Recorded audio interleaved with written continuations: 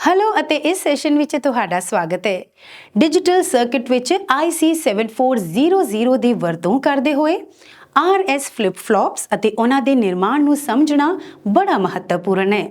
ਇਹਨਾਂ ਬੁਨਿਆਦੀ ਸਿਧਾਂਤਾਂ ਵਿੱਚ ਮੁਹਾਰਤ ਹਾਸਲ ਕਰਨਾ ਔਖੇ ਸਰਕਟਸ ਨੂੰ ਡਿਜ਼ਾਈਨ ਕਰਨ ਲਈ ਆਧਾਰ ਬਣਾਉਂਦਾ ਹੈ, ਜੋ ਕਿ ਟਾਈਮਰ ਤੋਂ ਲੈ ਕੇ ਐਡਵਾਂਸਡ ਕੰਪਿਊਟਿੰਗ ਸਿਸਟਮਾਂ ਤੱਕ ਵੱਖ-ਵੱਖ ਇਲੈਕਟ੍ਰੋਨਿਕ ਡਿਵਾਈਸ ਵਿੱਚ ਮਹੱਤਵਪੂਰਨ ਹੈ।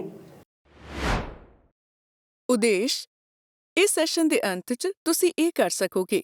IC7400 ਦੀ ਵਰਤੋਂ ਕਰਦੇ ਹੋਏ ਕਲੌਕਡ RS ਫਲਿਪ ਫਲॉप ਨੂੰ ਬਣਾਉਣਾ ਤੇ ਟੈਸਟ ਕਰਨਾ। ਇਸ ਤੋਂ ਪਹਿਲਾਂ ਕਿ ਅਸੀਂ ਆਪਣੇ ਸਰਕਟ ਨੂੰ ਬਣਾਉਣਾ ਸ਼ੁਰੂ ਕਰੀਏ, ਆਓ ਇਹ ਪੱਕਾ ਕਰੀਏ ਕਿ ਸਾਡੇ ਕੋਲ ਸਾਰੇ ਲੋੜੀਂਦੇ ਸਾਧਨ ਤੇ ਸਮੱਗਰੀ ਮੌਜੂਦ ਹੈ। ਇਸ ਦੇ ਲਈ ਤੁਹਾਨੂੰ ਹੇਠ ਦਿੱਤੇ ਸਾਧਨਾਂ ਤੇ ਉਪਕਰਨਾਂ ਦੀ ਲੋੜ ਪਵੇਗੀ।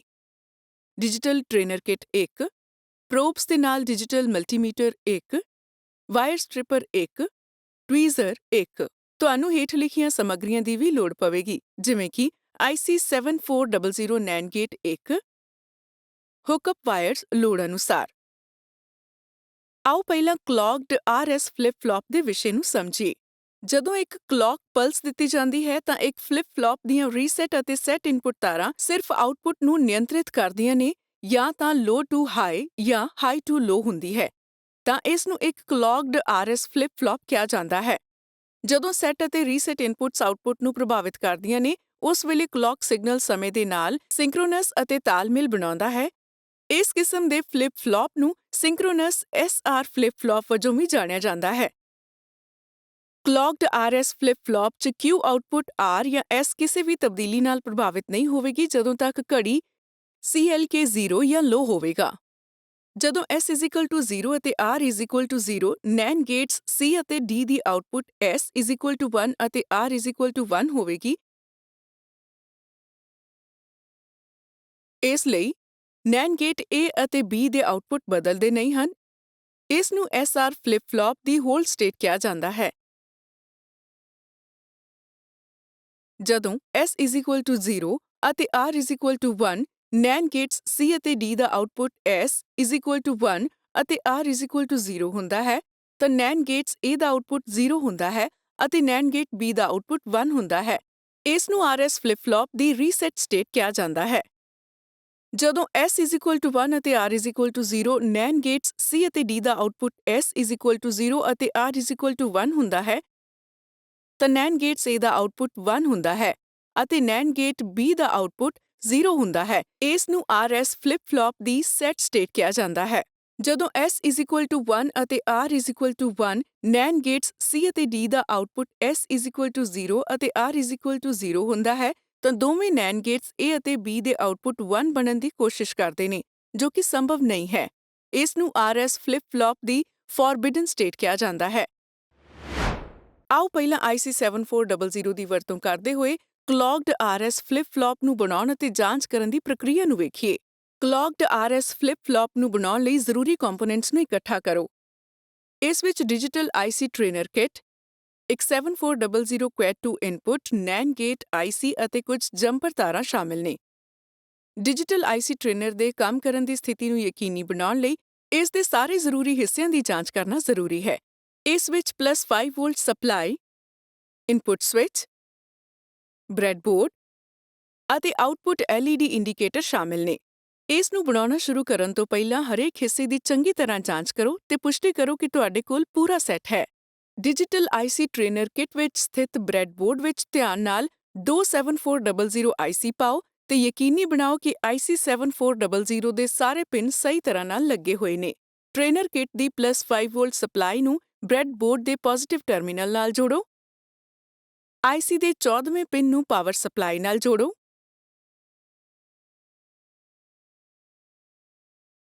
ਟ੍ਰੇਨਰ ਕਿਟ ਦੇ ਗਰਾਊਂਡ ਨੂੰ ਬ੍ਰੈਡਬੋਰਡ ਦੇ ਨੈਗੇਟਿਵ ਟਰਮੀਨਲ ਨਾਲ ਜੋੜੋ।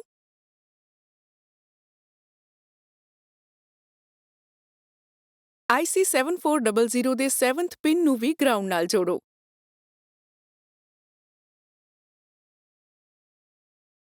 IC7400 ਦੀ 2nd ਅਤੇ 4th ਪਿਨ ਇਕੱਠੇ ਜੋੜੋ।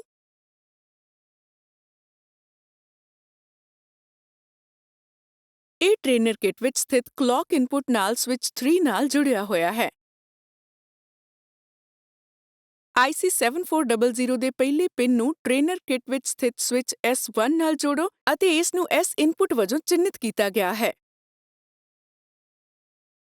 IC7400 ਦੇ 5th ਪਿੰਨ ਨੂੰ ਸਵਿਚ S2 ਨਾਲ ਵੀ ਜੋੜੋ ਤੇ ਇਸ ਨੂੰ R ਇਨਪੁਟ ਵਜੋਂ ਚਿੰਨ੍ਹਿਤ ਕੀਤਾ ਗਿਆ ਹੈ। ਤੀਜੇ ਪਿੰਨ ਤੋਂ ਪ੍ਰਾਪਤ ਕੀਤੇ ਆਉਟਪੁੱਟ ਸਿੱਧੇ ਇਨਪੁਟ ਪਿੰਨ ਨੰਬਰ 9 ਨਾਲ ਜੁੜੇ ਹੁੰਦੇ ਨੇ।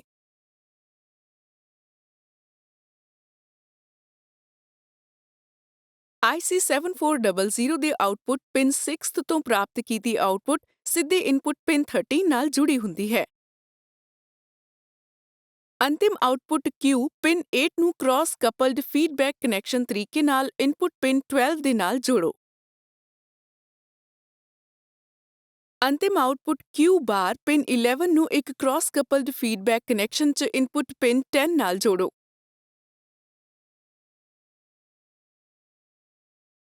ਆਉਟਪੁੱਟ LED Q ਅਤੇ Q ਤੋਂ ਸੰਬੰਧਿਤ ਆਉਟਪੁੱਟ ਪ੍ਰਾਪਤ ਕਰੋ ਅਤੇ ਪਿਨ ਨੰਬਰ 8 ਅਤੇ 11 ਨਾਲ ਜੋੜੋ।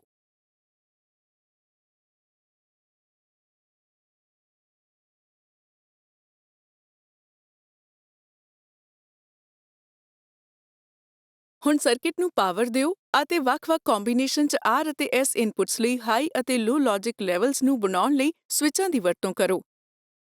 ਆਉਟਪੁੱਟ LED ਤੇ ਇਸ ਦੇ ਅਨੁਸਾਰ ਲੈਚ ਸਟੇਟ ਦੀਆਂ ਤਬਦੀਲੀਆਂ ਨੂੰ ਵੇਖੋ। ਜਦੋਂ ਵੀ ਕਲੌਕ ਸਿਗਨਲ ਲੋ ਹੁੰਦਾ ਹੈ, ਇਨਪੁਟ S ਅਤੇ R ਕਦੇ ਵੀ ਆਉਟਪੁੱਟ ਨੂੰ ਪ੍ਰਭਾਵਿਤ ਨਹੀਂ ਕਰਦੇ। ਇਨਪੁਟਸ ਦੇ ਐਕਟਿਵ ਹੋਣ ਲਈ ਕਲੌਕ ਸਿਗਨਲ ਹਾਈ ਹੋਣਾ ਚਾਹੀਦਾ ਹੈ। ਜਦੋਂ ਕਲੌਕ ਸਿਗਨਲ ਹਾਈ ਹੁੰਦਾ ਹੈ ਤਾਂ S=0 ਅਤੇ R=0 ਆਉਟਪੁੱਟ Q ਅਤੇ Q ਉਹਨਾਂ ਦੀਆਂ ਪਿਛਲੀਆਂ ਸਥਿਤੀਆਂ 'ਚ ਰਹਿੰਦੇ ਨੇ। ਜਦੋਂ ਕਲੌਕ ਸਿਗਨਲ ਹਾਈ ਹੁੰਦਾ ਹੈ ਤਾਂ S=0 ਅਤੇ R=1 ਆਉਟਪੁੱਟ Q 0 ਬਣ ਜਾਂਦਾ ਹੈ ਅਤੇ Q 1 ਬਣ ਜਾਂਦਾ ਹੈ। ਫਲਿਪ ਫਲੌਪ ਦੀ ਅਜਿਹੀ ਸਥਿਤੀ ਨੂੰ ਰੀਸੈਟ ਕੰਡੀਸ਼ਨ ਕਿਹਾ ਜਾਂਦਾ ਹੈ। ਜਦੋਂ ਕਲੌਕ ਸਿਗਨਲ ਹਾਈ ਹੁੰਦਾ ਹੈ ਤਾਂ S=1 ਅਤੇ R=0 ਆਉਟਪੁੱਟ Q1 ਬਣ ਜਾਂਦਾ ਹੈ ਅਤੇ Q 0 ਹੁੰਦਾ ਹੈ।